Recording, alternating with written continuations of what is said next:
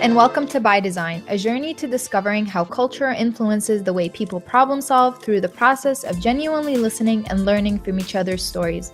On this episode, I'll be talking with Victor Davila, an assistant professor in the Emerging Media Graphic Design program at the University of Central Florida. He was born in Puerto Rico and moved to Orlando, Florida when he was 3 years old. Today, Professor Victor educates and inspires students into becoming extraordinary problem solvers. He's helped launch so many careers in design, spanning many industries, including print media, digital media, and industrial design. In this episode, Professor Victor will be sharing stories about his Puerto Rican heritage and why his family decided to move to Orlando when he was 3. He'll be talking to us about his upbringing, feeling different, and how illustration helped him to cope. Professor Victor will also share with us the story behind the origin of his nickname Vitito and the traditions that have been developed by his students over the years. Professor Victor, welcome to By Design. Thank you, Heva. This is great to be here. So Victor, I know you traveled from Puerto Rico to Orlando, Florida. Your whole family moved when you were 3 years old. Can you talk to me a little bit about maybe your experience, if you remember it, and looking back at it, do you know why you guys made this decision? So I'm the youngest of 4. I'm the only son. I have 3 older sisters, and my oldest sister is 10 years older than me. And she moved when she was 13. I moved when I was 3. And it was 1976. So I think it was, from what I gather from just talking to the family and things like that, it was Puerto Rico. My dad had a gas station in Puerto Rico, and there was a lot of kind of crime, and things weren't at that time, and things were just kind of, they were afraid of how the society down there was going. So I think they moved us over as a sense of kind of like trying to escape a little bit of that things that were going on over there, and just trying to keep us a little bit more safe, give us more opportunities and things like that. Just like most other people that moved from one place to another, they were just trying to find a safer place to bring us up in. Cool. Can you tell us about your upbringing as a Puerto Rican in Orlando, Florida? Like, how was your childhood like? So I have to say I had a really good childhood. I have very supportive parents to this day, Victor and Carmen. I'm a junior. And again, I'm the youngest of 4. And it was one of those, they provided as much as they could. They provided a great childhood, an upbringing that was always very supportive to anything that we wanted to do. My grandmother lived with us, so she was always, she never learned English, my maternal grandmother, and she was always my anchor, so my connection in a lot of ways to my Puerto Rican culture, because since she never learned English, we were kind of forced to keep Spanish up as well, so that we can communicate with her. So I think that I credit that with me being able to speak in my broken Spanish, or my parody of Spanish, whatever I do now. But you know, being Puerto Rican in a culture, I think one of the things that I share with a lot of my friends who come from different cultures are that I felt like I was in this middle ground, because a lot of my Puerto Rican friends thought I was Americanized when I was growing up. A lot of my American friends considered me Puerto Rican, so I felt like I was kind of like in this middle area of a man without a country in some ways, because of both cultures. I found that as I've grown older, you know, that was how I felt when I was younger, but as I've grown older, I feel like that's just kind of like the general story of a lot of my peers and my friends who've had similar journeys, that I always say I'm kind of Puerto Rican by birth, because when I say I'm Puerto Rican, people start asking me, it was like, well, where are you from? And asking me about details. And I don't really know a lot of details about the island. But I found that a similar aspect. My wife was also born in somewhere else, and she moved here when she was young. She was born in Laos. So I think, you know, we started connecting in ways like that, by being people between cultures in a lot of ways. So It's funny that you mentioned that, because when I was typing up your intro, you know, usually I'm like, oh, this person is, I don't know, Italian American, or I'm Palestinian, Jordanian American. I was sitting there, you know, typing in Puerto Rican American. My husband's like, you know, Puerto Rico is part of America, right? We're Americans, yeah. So I'm like, oh my God, such a rookie mistake, you know? Yeah, we're naturalized citizens, yeah. Yeah, I wouldn't really know, because like I've only been here for 10 years, and like if I wasn't exposed to it, Like, I wouldn't really know, right? But it's so funny because my uncle's wife is Puerto Rican, and we talk about Puerto Rico as a separate, um, a separate country than America, which is interesting, right? But yeah, Yeah, I feel it's you totally. yeah, I mean, I don't know a lot about Puerto Rican politics or anything like that, but it's a territory and it's not a state.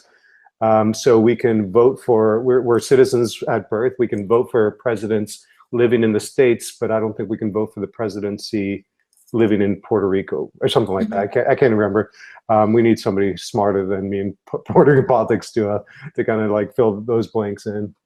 Oh, I Uh, never try. I try to yeah, stay as far away from politics as possible, but I yeah. also can relate to you with the whole I was born somewhere, but I grew Mhm. up somewhere else because I was born in New York, you know? Okay. And I grew up in Jordan, but I'm like heritage-wise is Palestinian, so I don't have like a real place to call home. But so Yeah. now I just consider myself like a global citizen, because yeah, or I just when somebody asks me like where are you from, I just always answer like a very detailed answer, you know what I mean?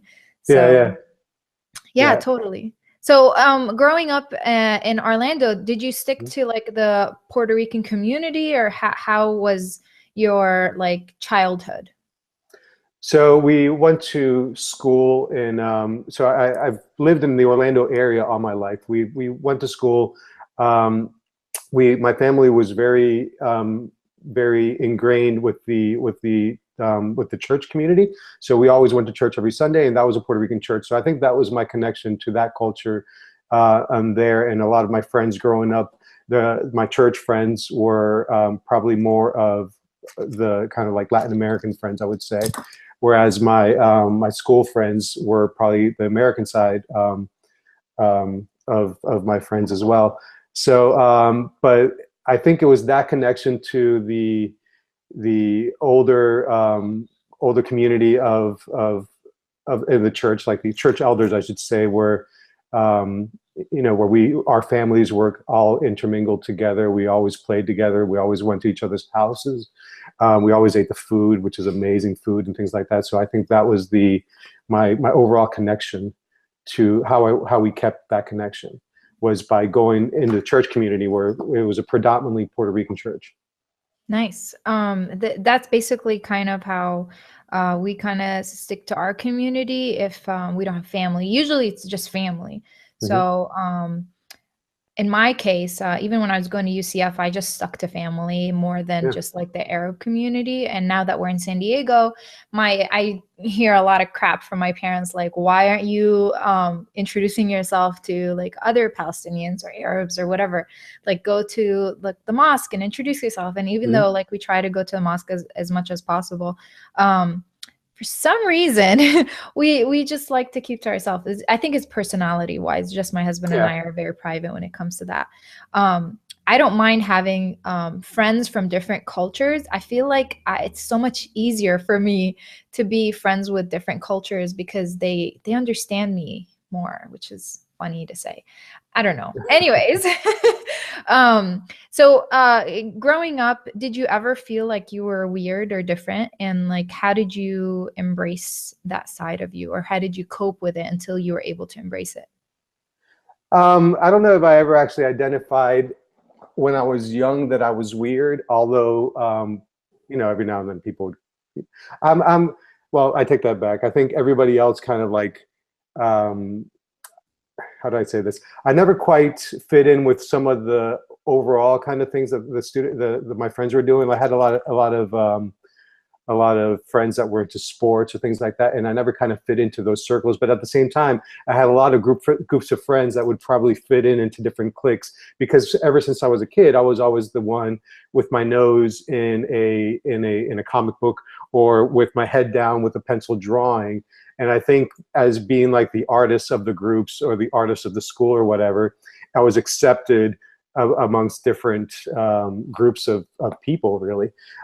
So I think I felt weird in the sense that I was never good at any of the things that my friends were good at. But at the same time, I never felt like I was chastised or like pushed away from any particular group. For instance, I had a really, really good friend who was into skating.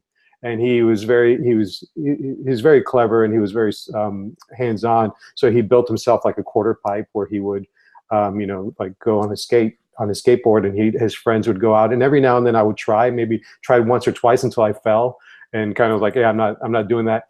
And while everybody else was skating, I was the one with the skate magazines trying to draw what was in the skate magazines. So I would draw like a what do you call it? Like the skaters like doing the tricks and things like that while they were skating.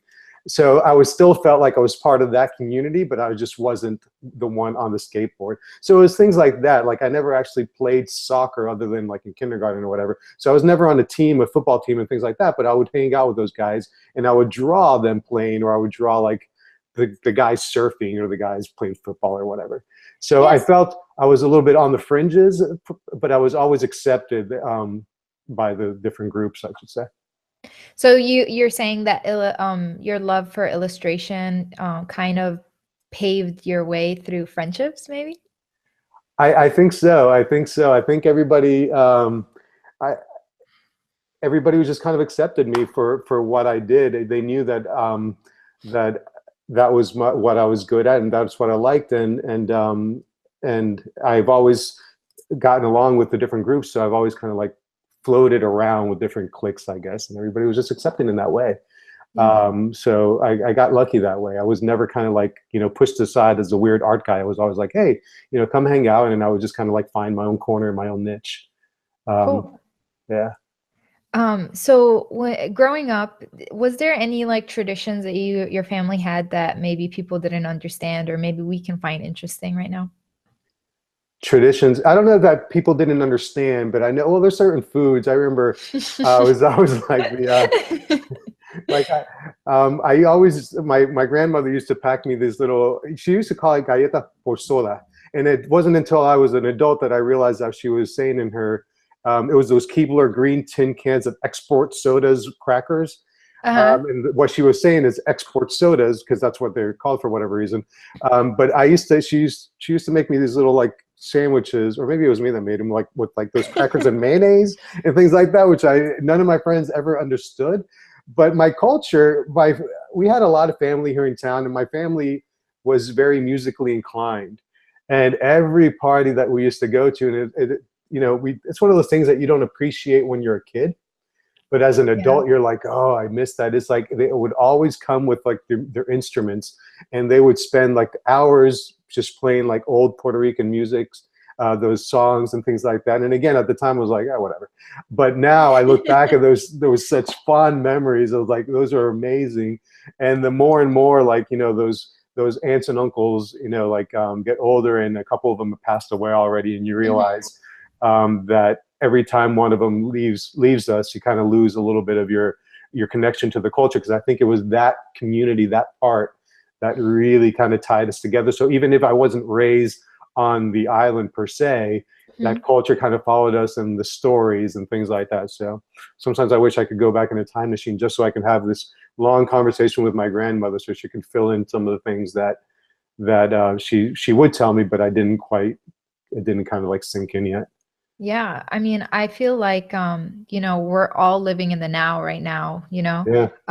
And the storytelling part of us is kind of have been directed now to like everything that's happening now, what's on TV, what's in social media, what's going on right now.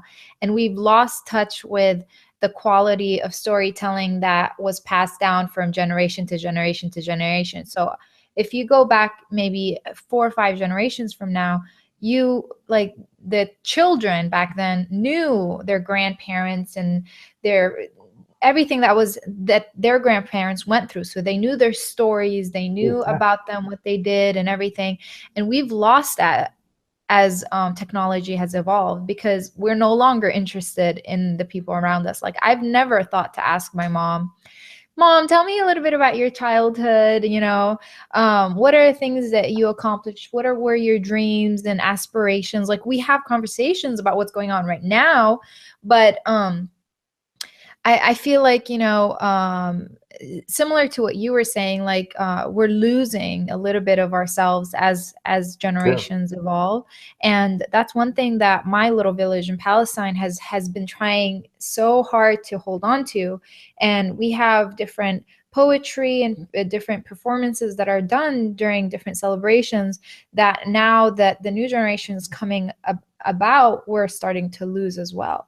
So it's so sad, but if we don't try to hold on to it, it's definitely going to disappear. Yeah, I was lucky because back when I was like 26 or so, I was able to go to Puerto Rico, just me and my dad.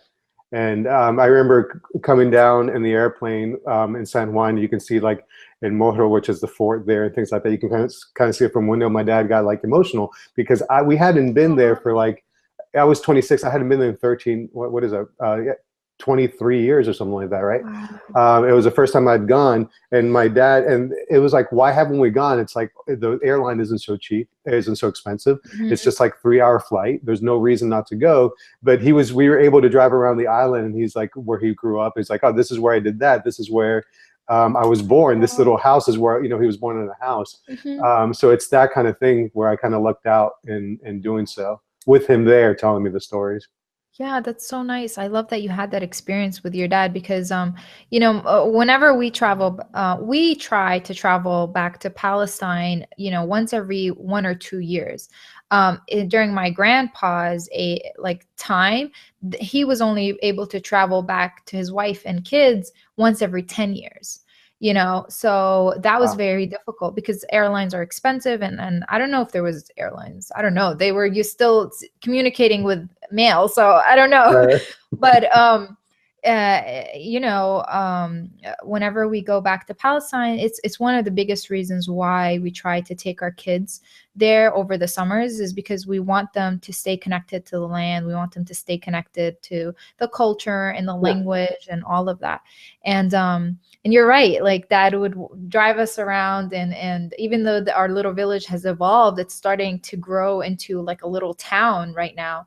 And he would show us like all the history and where he used to play. And my dad's family had to they became refugees in Jordan because of the 6 Day War that happened in 67. So his childhood was kind of disrupted at one point, Hmm. so it's interesting to kind of learn all those stories. But it's so funny because now that I'm 29 years old, I go back and I talk to my dad and I'm like, how come you've never told me about your journey from Palestine to Jordan and then from Jordan to America, right? Hmm. And I don't know. It's he still doesn't have an answer to that. I'm sure if I ask him again, like he will, now that I've said it out loud on the show. So, but yeah, definitely. That those are always the best memories to have, and Yeah. I'm sure you'll pass them down to your kids. And that's another thing that I want to talk to you about is like, what are some traditions or customs that you're still holding on to, and that were passed down to you that you want to pass down to your kids, maybe? I think it's definitely the food. If we can kind of like connect with the food as much as we can, that'd be amazing. We keep those recipes down. Right now, my son is taking guitar lessons, and hopefully my daughter will at some point too, because the guitar, especially, like was one of the most important instruments in my family's culture. Especially with my uncle and everybody else. So I think it's just like having that love and sense of music, even though I don't play an instrument other than like six chords and on the guitar. I want to make sure that we kind of keep those old songs in a lot of ways. Mm-hmm. That so it's because those songs connect to everybody in a way, regardless of what you believe in, whether your political affiliations or any other kind of like arguments that might happen. You have music Mm-hmm. that ties everybody together. So I think there's a trying to keep that kind of thing in our culture as much as we can, or at least in our family. I think Yeah. is a bit of a struggle, but I think that's something I hope to do, or we hope to do, as if I can speak for my sisters as well. Yeah. So can you so I just discovered Hmm. that your family, your immediate family is a multicultural immersion of a family. Can you talk a little bit about that? Oh, so my wife is that what you're asking? My wife is born in Laos, but she's her dad's Chinese and her mom is Thai. So we have this incredible combination of different cultures and different languages and foods at any given point of our week, of our day. So when our kids are exposed to really probably like 5 different languages at any given time, because at home we speak mostly English because that's how she and I communicate. And then when they go to my parents, they speak Spanish. And then when they go to my in-laws, they speak mostly Lao, but every now and then there could be like some Chinese and Thai thrown in, depending on who's home or there's a guest or whatever. They also celebrate like the Lao New Year, which was 2 weeks ago or something like that. And things like that. So they have a party and so it's at our birthday parties, like my kids' birthdays, there might be like some Spanish or some Puerto Rican cuisine, like arroz con gandules over here, and then there might be some like egg rolls over there with some it's an incredible mix. I mean, I always seem to be going back to the food. I don't know why. But it's like it's that kind of culture that we kind of enjoy in our family. Wow, I love that because not everybody gets to experience that, you know? And I bet that because of the fact that your family is so multicultural, they're going to grow up becoming more accepting of people from other places, you know? I hope so. And then we speak to the kids in Spanish. I mean, in our languages, like I don't know they can actually speak or respond, but like I'll speak in Spanish to the kids, and Maylin, my wife, would speak loud to the kids. And, like, put on your shoes, close the door, what are you doing? Take that out of your mouth, things like that. And they seem to understand a lot of what both all their grandparents are saying. So hopefully that kind of like they're sponges, so hopefully that would seep in some way that they could learn and. Yeah, definitely. So have you been able to travel to Puerto Rico or maybe where your wife from Laos to Laos with your kids? Yeah. No, we talked about, we went to Puerto Rico. My wife and kids and I went to Puerto Rico with my parents there a few years ago. I want to say like maybe 4 years or so. So we were able to enjoy that. And my parents were the ones that kind of like drove the car and they would show us around. So that was fun, being able to show the kids that. We haven't yet been able to go to Asia at all to visit that side of the family. It's something that we've always wanted to do, but it's a little bit more of a planning, right? Because it's so much farther and a little bit more costlier. But that's something that we hope to do sooner rather than later. Yeah. So how, now that you've mentioned that you've gone multiple times to Puerto Rico during like your lifespan. Yeah, I've been like 4 times, I think. So how has the culture evolved every single time you've gone there? Because obviously with time, culture is going to evolve based off of influences of technology, people coming in, and just anything environmental. Based off of your experience, what do you think, how do you think the culture has evolved since you've been there? The culture of Puerto Rico itself as the island. It's hard to say. I mean, from my side, it's always like one less family member is there. Either they pass away or they move over to Orlando for different reasons. Puerto Rico right now, as you may or may not know, it's like in kind of like a financial turmoil. So a lot of people have decided to come to Orlando or to Florida or to New York or wherever. So I do see the effects of that kind of thing on my loved ones and my family over there. If you've never gone, I'd highly recommend you go. It's a great place to visit, and it's a beautiful island with beautiful people and beautiful, just like anything else, they have their challenges and their issues. But I think we spend too much time kind of like focusing on the bad parts of things as opposed to the good sides. And I think there's plenty about Puerto Rico to love. It's this kind of thing. One of the things that kind of struck me as interesting, last time I went with 2 visits ago, I was able to go with my sister. So it was just my parents and my sisters and I, and we were able to travel around the whole island, because the island's only like 30 some miles by 100 miles or so, by 100 and something. So you can essentially drive around the whole perimeter of the island in one day. And it was weird because in some parts you're driving down and it feels like you're in Florida. There's a Walmart, there's a McDonald's or whatever, and then like a mile later you feel like you're in an old Spanish, or suddenly there's like we were like in the south of the island, and there was this little town we were going through, and there was a Walmart. A mile later there was an old abandoned helicopter with vines that's been there since the 70s, just sitting on the side of the road. So it's just kind of Wow. like this eclectic kind of mix of cultures, which I think makes it really, really interesting and fascinating. Um, so it's hard to say how it's changed, just because I see it kind of as an outsider, and I don't spend a lot of time there. But I do know that every time I go, I'm amazed by it's not only its physical beauty, but I just think, maybe I'm a little biased, but but I just think it's amazing island. But right now it is going through its economic challenges, and I know a lot of people are trying to find, you know, make a living somewhere else now. Yeah, so like I mentioned, a lot of my family from our little village had to leave Palestine, and some went to America, and some went to Jordan. Um, my dad's side of family, only he stayed in Jordan. All of his siblings ended up going to America. And Hmm. then from my mom's side of family, a lot of people ended up in Florida. And then we have some family members or extended family, because like my village, um, we're kind of, we all marry each other. It's funny, but it's weird, let me just say, but it's a good kind of weird, because Okay.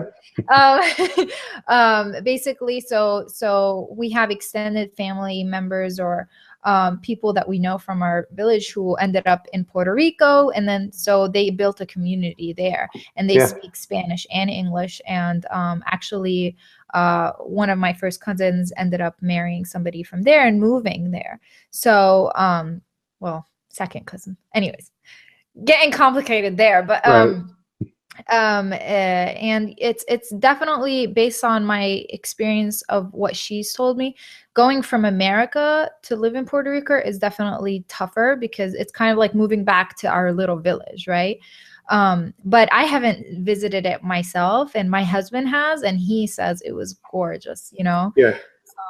So everyone experiences things in different lights, and you're right. Like, I've heard many times stories about how beautiful it is. It's like a paradise, you know? Yes, absolutely. Yeah. So, I want to link this back to your love for art. So, how Okay. did you start becoming interested in illustrations when you were younger? I started drawing like really, really early. My earliest form of, or my earliest memories was like drawing in kindergarten. I would always kind of like be sketching these little characters. And I remember I went to recess or PE once. We were drawing something on about Cinderella, I think, and I was copying something from one of the Disney books. And we went to recess, and when I was back, it wasn't there anymore. The teacher had taken it to the art teacher, because she was able to recognize that I had some sort of, like talent in the drawing. And then that led to the art teacher kind of taking me under her wing a little bit more. And then they let my parents know. And, my parents have always been super supportive of like whatever we do. So if there was like any kind of like, oh, he draws, like, let's buy him as much as, like paper and pencils. And my mom used to bring me all her like pens and things like that. So they really fostered that kind Wow. of like ability. They've been great. They've always been great about that. They're wonderful. So it's been that kind of thing. I was immersed in like the Disney culture. I wanted to be, when I was a kid, I wanted to be an animator, or I wanted to be a comic book artist and things like that. So it's always been something I did as a form. It was just something, it just came natural to me. It wasn't something that I had forced myself to do. It was just something that I always kind of did. Um, Wow. and there was never any thought about like he's going to do something else. He's going to be Wow. an accountant or anything like that. It was always, I would be some sort of, um, at the very least, I'll be an architect maybe, Hmm. but it'll probably be some sort of like animator or comic book artist and stuff like that. It wasn't until college that I kind of discovered graphic design in a lot of ways, even though I was already doing it in other things. So yeah, it was just something I always did, and the family always supported it.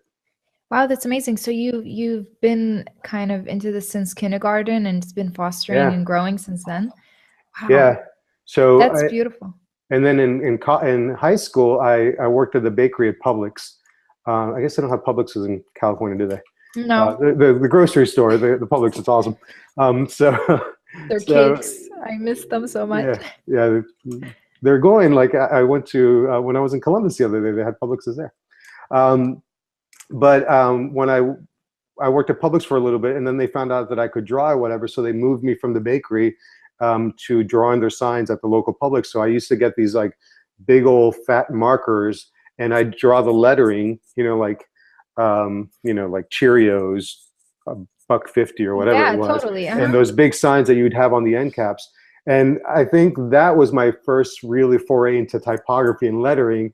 And then it kind of evolved. So if Campbell's Soups was on sale, I'd have to draw the lettering for it, and then I'd have to draw a drawing to go with those letterings. So that was how I spent my Tuesdays and Wednesdays for 6 years during like the end of high school and the beginning of college, is doing that kind of thing for Publix. So I think that kind of led to the graphic design part and the lettering, and how to come up with an idea in a succinct manner to advertise these things. So that's where that kind of all came from, is from working at Publix. Nice. It's funny that you mentioned something like that, because when my first job in America, I worked at Floor and Decor, and I was still studying architecture, and they asked me to do one of those signs, right? Yeah. And so he's like, you're gonna have to practice, because sometimes you see a big like paper bigger than this. I can't move my hands wider than the screen, but and then you want to put in like sentences, and being a designer, it comes naturally. You already know the proportions somehow. Like once you start writing, it fits, But for someone who's not like in the design field or creative or whatever it is, they start off big, and then it gets small, and it doesn't fit, and it's unproportioned correctly. So when I, my first try, I got it done correctly, and they all freaked out, and I was like, what's wrong with you guys? And they were just like, nobody gets it from the first time, and I was like, maybe it just has something to do with the fact that I'm in the design field. I don't know, but it does, because you can recognize the shape in the area that you're working on and how everything fits. Absolutely. Yeah. So when did you become interested in not just becoming a graphic designer or a designer, but becoming an educator? That was kind of, so I was working, I graduated UCF, and then I worked in different places. I worked as an in-house designer, I worked as an animator, and I was always doing like freelance illustration. And I came back to UCF. I worked at a in-house department called the Center for Distributed Learning on campus.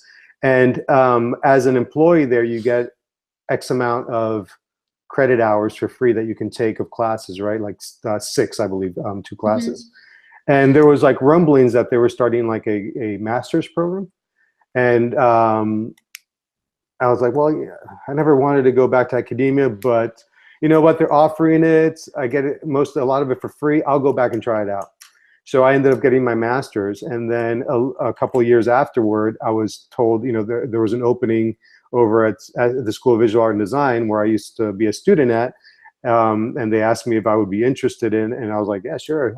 And that's how I ended up teaching. So it was one of those things that I was like, after I graduate, I'm never, ever going to go back to academia, because whatever. It's like I'm moving on.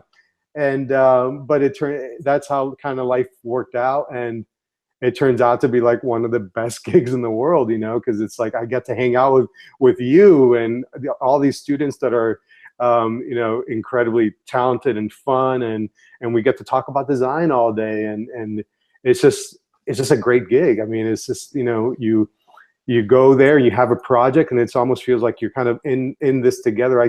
I take it very personal. I don't necessarily know if I'm like a natural teacher or not, but I try to kind of like, focus and do my best at it. But I think one of the things that I like to do is I like to make sure that the students get all the opportunities that they can get, that I can provide them. And I take that very seriously. And it's just a fun gig. I mean, it's the students, I just finished my 6th year, I believe. I started in 2011. And I don't know, this is always a hard part of the year for me, because they graduate and I kind of miss them. But I'm also kind of like curious to see what they, go out in the world and see what awesome things they do, like you do. But that's how it turns out. It's just like the greatest gig in the world, and I'm very fortunate to have landed in it. So for those of you guys who don't know, Victor was actually my graphic design professor for 2 years, my junior and senior year, and I've actually taken 4 classes with you. Yeah. You were the reason that I became a part of like the design community in Orlando. And then when I moved to San Diego, I kind of immersed myself I try my best to be as inclusive or include myself in the design community here in San Diego. And if I ever move back to Jordan, I will start an AIGA chapter and a creative morning chapter there, because I think it's so important, it's opened up so many opportunities just being around people who kind of like understand what you do. And maybe let's start talking a little bit about that. Like, how did you become a part of the design community in Orlando? So right after I graduated with my MFA, my master's, and that was about 2007, I started a group called Giant Illustrators. And Giant is just an eclectic combination of different types of illustrators where we get together monthly. 10 years later, we're still doing it, meeting monthly. And it's not like an organized group like AIGA would be or anything like that. We don't pay dues or anything like that, memberships. But it's just kind of a group of like-minded people getting together and talking about illustration, sharing ideas, sharing tips and tricks, and just discussing. Because what I found is that you have to kind of find like-minded, even if you're working in an office with some other designers, at some point you have to make sure that you immerse yourself and have conversations with other people that are into the same things you do, because we can't work in a vacuum. It's very tough to work in a vacuum. So you want to make sure that you form some sort of community, or you reach out and belong to something. And what I found is once I started inviting people, and we started with friends and they started inviting their friends, I realized that there was a hunger for that kind of thing amongst everybody, no matter what part of their career they were in. So and a lot of it had to do with a lot of freelance illustrators were by themselves all day in front of their computers, in front of the drawing boards. So this gave them an opportunity to come out and speak to other people. So that was my first foray into kind of like building a community. Like I said, it's still going strong. We've done one show and a couple things together, and we hope to do another like group show soon. And then right after I started teaching, I was invited to become part of AIGA Orlando. And then a little bit after that, I was invited to become part of Creative Mornings Orlando. So it was just kind of those things that if you're passionate about, I love my city. I love Orlando. I think it's one of those, it's has great people and has a great creative community. And it has so many well, I don't know, it has some well-known, but it has so many talented creatives that it's a shame that that people don't know more about what's going on here. We have everybody from Nick Sombrado and Mama Sauce to like the great people at Real Thread, to Justin Mazel and Anna Bond and Nathan Bond at Rifle. So it's just kind of like, and that's just to name a few. Laura Design, Jeff, Sarah, and Paul over there.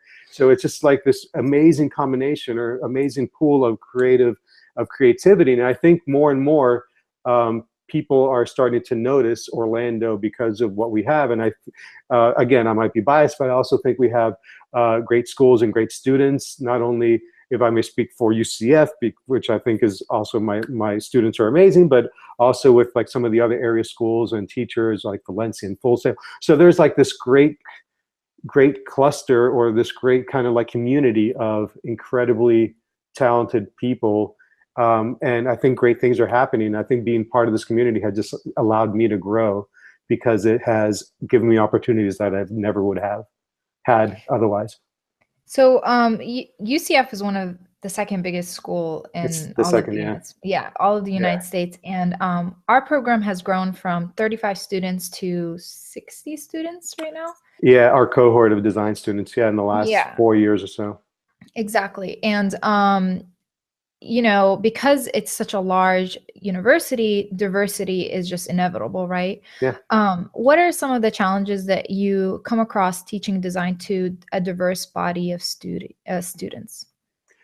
It's funny because we do have diverse a diverse student group. The students, um, it's very it's gender wise. It's probably more female than it is male. I think it was true in your year, and I think it's held true for the most part every year.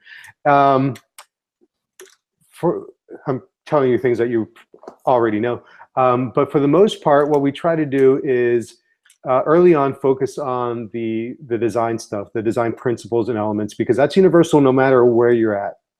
And hopefully we try to kind of like ingrain that and drill that in as much as we can. When we get to the senior years, is when they start kind of developing their voice and being able to create projects that are a little bit more intimate and a little bit more unique to them.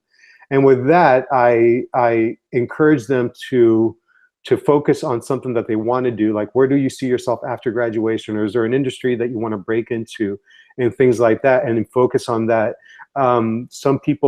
Some of the students focus on specific industries that they want to do. Some students focus on their backgrounds, and maybe they have something to say about it. Some people focus on their culture, not only their ethnic culture or their background culture, but also kind of like the groups that they belong to.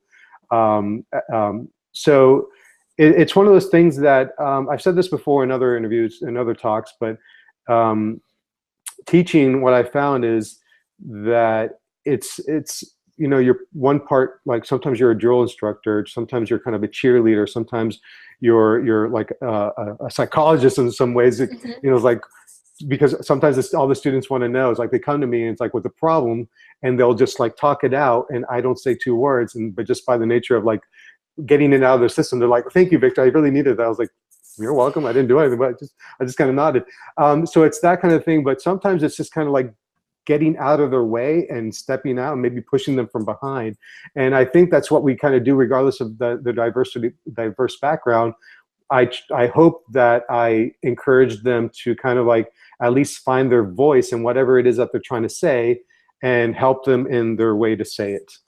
Which Yeah. sometimes it's easier said than done. But. Yes, definitely. And I personally kind of experienced that with you because I come from a very conservative like background, and looking for jobs or participating in, I don't know, going to AIGA, creative mornings, whatever it is. I not only do I come from a conservative background, I was married, I had a kid. So you were definitely my therapist.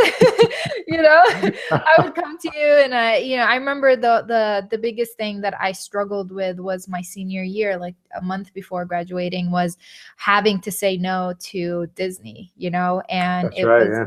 It was such a big decision that I had to make, but we had to make it as a family because, I was moving to San Diego, and I could, like, if it was somebody else, I would have, I had the opportunity to stay behind and take advantage of that opportunity for a period of time and then follow my family. Like, I had those opportunities and chances, but you kind of helped me like make the right decision, and I feel like you didn't judge me when I spoke about like, being married or coming from a conservative background, and me trying to think what's best for me and what's best for my family, and making a decision on what job to take or what opportunities to pursue and how to say no to things, and so on and so forth. So that's how it's touched me personally. And I feel like I'm pretty sure that a lot of the students in our class, who are not just culturally diverse, but they are diverse in many ways when it comes to like maybe their sexual orientation or right. Gender identity and all of that. So I feel like you handle it really well, even though you've only been in the educational industry for 6 years. Yeah. So thank you. I appreciate you saying that.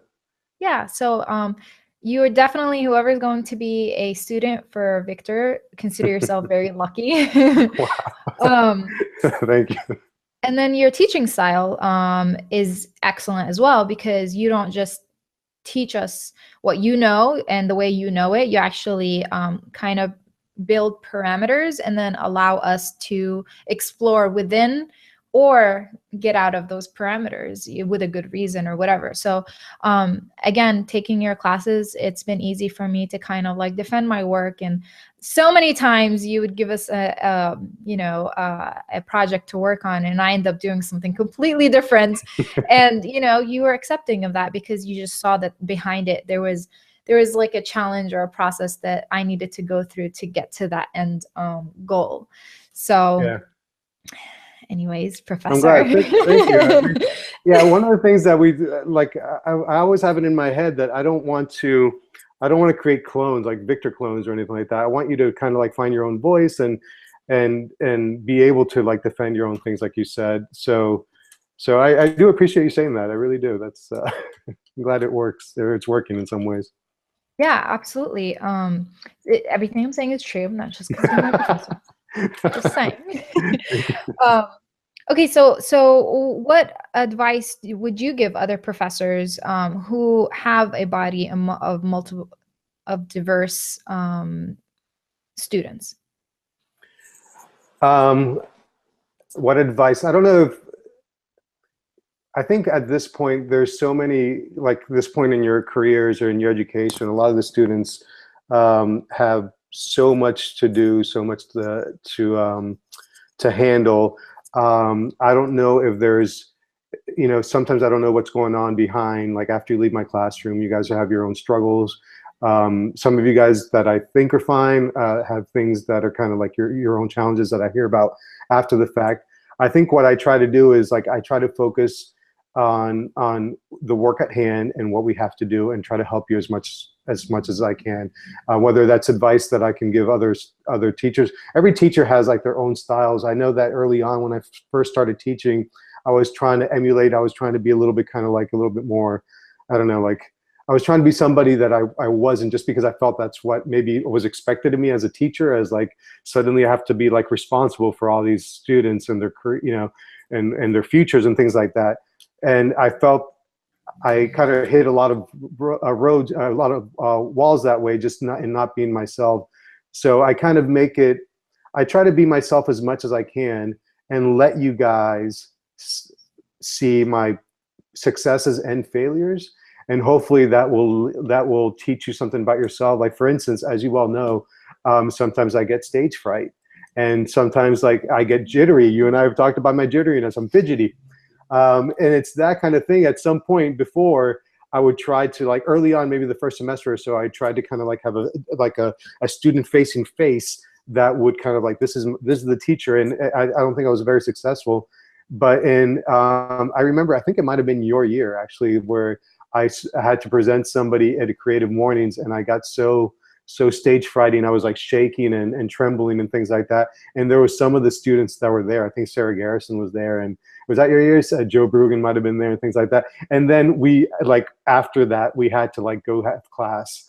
So it was facing the students after that, and they're like, and I was like, that happens. That's me. I mean, and you kind of learn from it and you go on. And they kind of ribbed me a little bit, as the students tend to do, and but they were very supportive about it. And I think, Sarah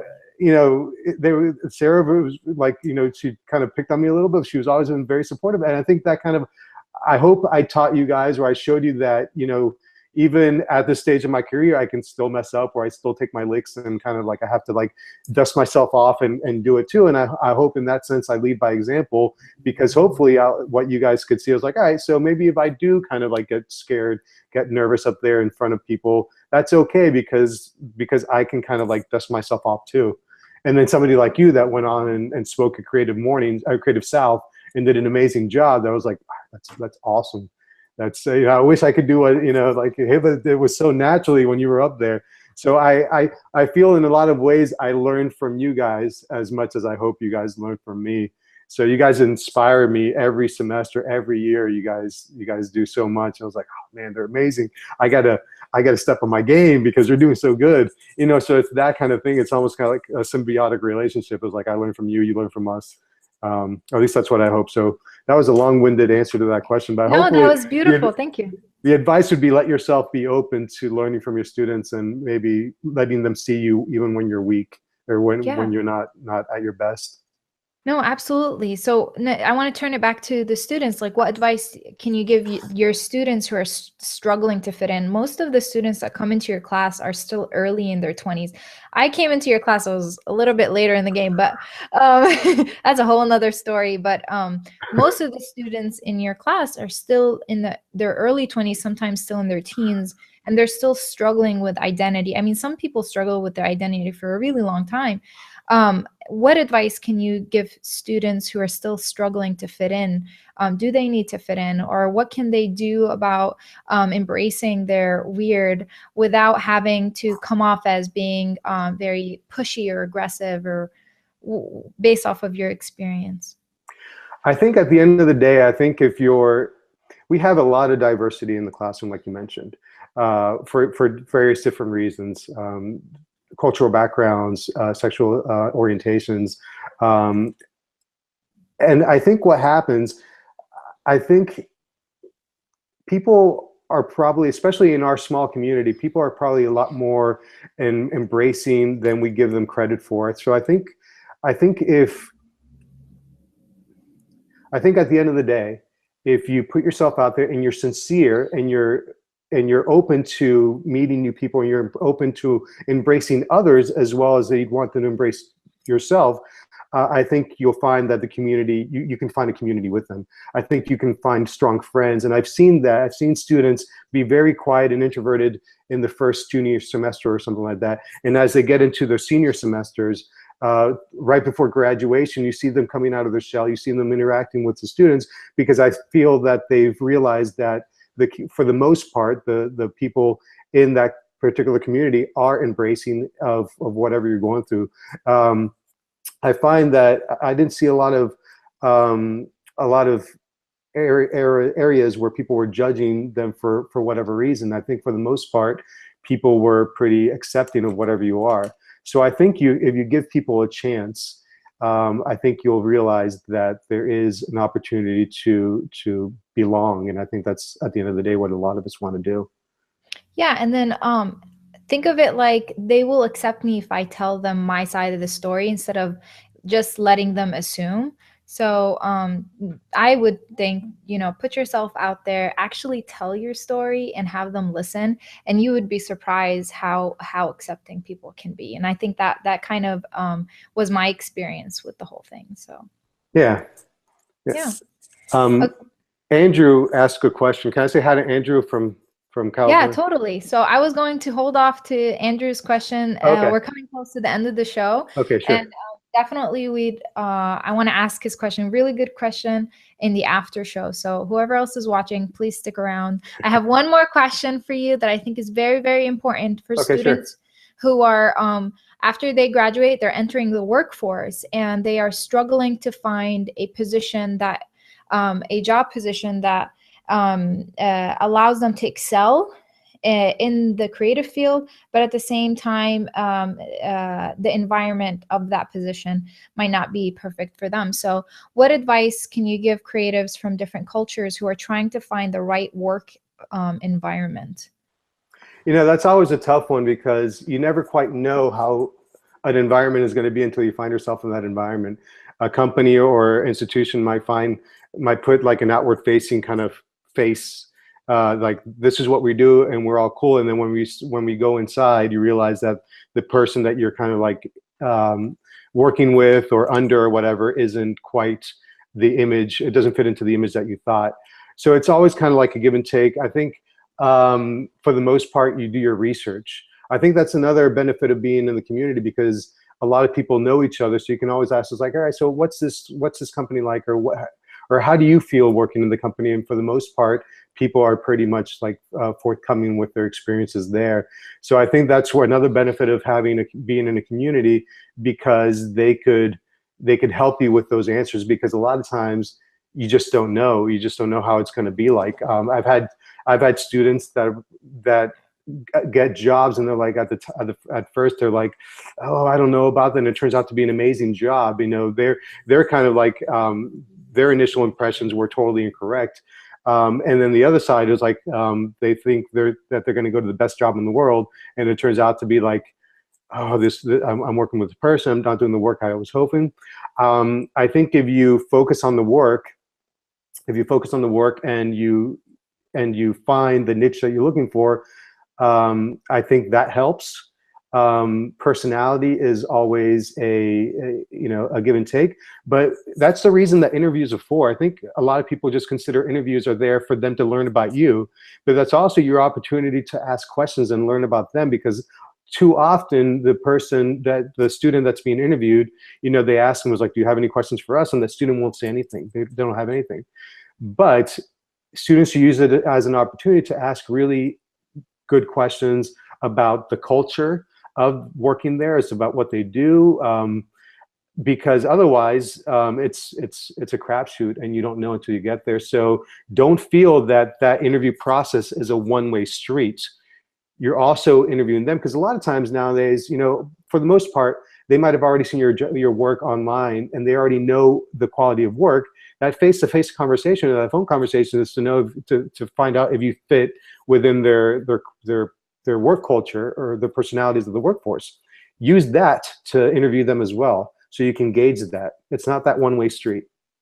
Yeah, and definitely, I've used that. That was the best advice that I've ever gotten as a senior at in college before I Yeah. entered like the official workforce. And I've used my interview time to grill them about Yeah. like, where do they see the company going in the next 5 years? Who's the team that I'm going to be work with? Who's going to be my boss? I always, whenever I ask to meet the team, if I'm not already going to meet them to get to know them a little bit, I'm always looking for a boss that's going to be a mentor, not just Yeah. someone to tell me what to do. And luckily, so far, I've been successful entering a workforce that always has somebody who's going to be a mentor for me, and then a team that is not all about being successful individually, but as a whole. So I think definitely that's great advice to give to anybody. And I would So also add that even if it doesn't quite work out, it's not the end of the world. If you have to leave that job, I think a lot of times people think that if they have to leave the job, it didn't work out, it's something on them and they'll never ever find another job before. And the analogy I always give is like when you break up with like a boyfriend or girlfriend and you go through that process, like, I'm not going to be loved, nobody's going to love me, I'm going to be like alone for the rest of my life. A month later, you're kind of like, at a better state of mind, you're starting to meet new people, and you eventually find somebody else. If the job doesn't work out, that doesn't mean that there's not a job out there for you. So don't give up in that aspect. Don't get down on yourself. yeah, and then how many interviews did I go through, Victor, and Exactly. got rejected? Exactly. Jobs that I was like, oh my God, this is amazing. Like, and the interviews went excellent and all of that, and then I come Yeah. back and I'm like, I haven't heard from them, and I learned the hard way that you need to understand that thank God it didn't work out, because that means that you weren't a good cultural fit, and they saw that and they spared you basically. So I like to think of it that That's a way. great way to think of it. Yeah. Yeah. So Victor, where can people find you on the webs? I'm on Dribble, Instagram, and Twitter. I'm at Vic Davila, VicDavila, and my website is victordavila.com. So yeah, you can find me there. Thank you, Victor, for sharing your story with us today. It's been wonderful learning more about your heritage, traditions, and culture. To learn more about Victor, visit victordavila.com and follow him on Dribble, Twitter, and Instagram at Vic Davila. Vic Davila. Please visit hivabydesign.com/12 to watch today's episode video recording, show notes, and extras. I want to encourage you to listen positively, because when people talk about their culture, it usually involves very intimate aspects of their life. It's an honor to be invited into their safe space, and it becomes your responsibility to protect and uphold the integrity of their stories. I'd love to thank you for joining me, and remember, your normal is weird to people who don't understand you, but your weird is what makes you special. So embrace your weird and spread to others the love and acceptance you want to gain. Until next time, I'm your host, Hiba, and you've been listening to By Design. Yeah. Welcome to the after show. That's awesome. I know it's weird, kind of like link, but now we can laugh and discuss whatever you want. And also, Andrew, Your last name is very interesting. Hakaradel. Hakaradel? Do Um, you, A- Andrew is a good friend of mine from Creative South. So you might have met him last year as well. probably. So he's awesome. He's up there in California. I want to say California, but I'm not exactly. Hawk Rattle. That's how you pronounce his name. Oh, Uh, Hawkrattle. Hawk Rattle. Oops. Sorry. I'm sorry, Andrew. Thanks so much for joining us. Okay, there it is. He has a great question for you. He's like, how do you balance inspiring your students and keeping yourself inspired with the amount that you pour out? How do you make sure you don't run yourself into empty? So LA, yeah. So Andrew is also a teacher, so he probably knows a little bit about this too. But I I get inspired by the students. I think, I try to put as much available to them, as many opportunities as we can. But I, you know, I don't feel my kind of inspiration well ever drying up, because as I work more and more with the students and see the students do things in class, and then see the alumni like you, this is awesome, Hiba, like doing such amazing things, it kind of fills up my inspiration well back up. So I never find or at least I haven't in a long time. I've never found a place where it's like I've been lacking inspiration. I've been kind of like, I always kind of like, the students really do a big part of that. So again, another reason why it's one of the greatest gigs ever. The one thing that I tried to do when I was a student in graphic design, it also has to do with the fact that I was an older student when Mhm. I got into the graphic design program, was I kind of cheated a little bit. So I knew I was interested in a certain industry, and don't make fun of me about the whole like wanting to be the next Anna Wintour. That's right. I forgot Yeah, about it. that basically when I entered graphic design, I was full on going into fashion, print production, magazine Yeah. stuff. And then I slowly discovered that no, that's not where I want to be, and doesn't work for my culture. It required me to move to New York and start from the bottom, and that wasn't going to work. So I wanted to do something else. And if it wasn't for Andres, I can't say his last name, Andres Arangula. Arangu, Angul- Aranguiven. Yes. If it wasn't for him and him introducing me to UI UX, I don't think I would have stumbled upon the UI UX industry. I probably Mhm. would have ended up doing digital design anyways. But that career path was because I was a part of the student body that I was a part of, and the fact that you let me kind of make my own projects at one point. Yeah, So yeah. so I definitely would recommend any students who are entering the graphic design department is to use the projects that you're going to be working on as just parameters. Don't use them as like stick and stone and you have to do them exactly as that is being asked of you. Try to kind of warp them to work for you. So I remember the first time I did that was when you asked us to create the or symbol. And I Yeah. created the symbol, and then I took it a step further. And that was just something because I was interested in it, right? You made that So poster, I that did. specimen chart. Yeah, I Yeah. remember that. Yeah. So that would be kind of my advice. When you enter the program, try to make it work for you, not you work for it. Yeah, I always tell the students is like, I ask you for this, but I expect this. But in an effort to give me this, don't give me that. Mhm. Like I want you to kind of like take whatever I'm asking you to do and take it a little further where you can get it. Because also that's how you get diversity in these portfolios too, because otherwise everybody's portfolio going out of a program starts looking like clones of each other. It's like everybody has the exact same thing. It also gives you the person a good idea. It's like, how far can you take something? Like again, I don't want drones. I don't want people thinking. I want them to listen to the client, listen to their boss, but I also want them to be smart enough to know that they can introduce things. you And know. I was always the crazy person that would actually go to the library and do some research. Yeah, Instead of like just going online, Googling, like I actually used to go to the library and oh my God. we have a great library and it's not utilized enough. It's like Yeah. I get students asking me, it's like, "Where's the library?" It's like, "Are you joking?" It's like in front of that pond that you jumped in during Spirit Splash. Mhm, It's like that exactly. building. And the things that you would find in the library, man, amazing, amazing. Because it's hard sometimes. You go down multiple rabbit holes when you're on Google, but if you go to the library, you definitely will go down a rabbit hole, but you're actually going directly to the right place, you know? Yeah, yeah. Yeah. So that's a good recommendation as well. I'm the one giving recommendations, Victor's. Come on.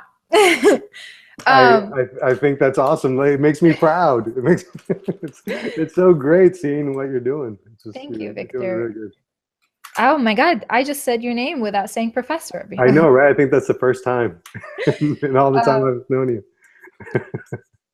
so the last thing that I want to ask you, we didn't get to it in the show, but how did your nickname Vitito? Did Vitito. it, So Vitito Vitito, come yeah. about? So I'm a junior, and I did mean to kind of like go on a tangent on it, but I forgot. I'm a junior, so my dad's Victor Manuel Davila Senior, and I'm Victor Manuel Davila Junior. And I was always been called Vitito because in Puerto Rico, most people have nicknames. You know, like my mom's is Carmen, but they call her Chitin. So it's and my grandmother was Carmen also, but they called her Meli. So there was a lot of like nicknames going around. And then my sister, my oldest sister, who's 10 years older than me, Sandy, she married a Victor Manuel as well, who was also a junior. So his dad was Victor Manuel, and then they named their firstborn Victor Manuel. So we had five Victor Manuels in our family at any given time. So it also facilitated that when we were in a get together, who you call. So we had my dad was Don Victor, like, and Mhm. then my brother-in-law's dad was also Don Victor too, but he lived in Puerto Rico, so he wasn't as around as much. And then my brother-in-law is a pastor, so he's always Pastor Vic or Vic. And then I'm Vitito, and then little Vic is their son, even though he's the biggest of us all. He's like six Wow. foot four, whatever he is, but he's little Vic. So it also became this thing with how to differentiate all the Victors in our family. But I've always been Vitito ever since I was born. Wow.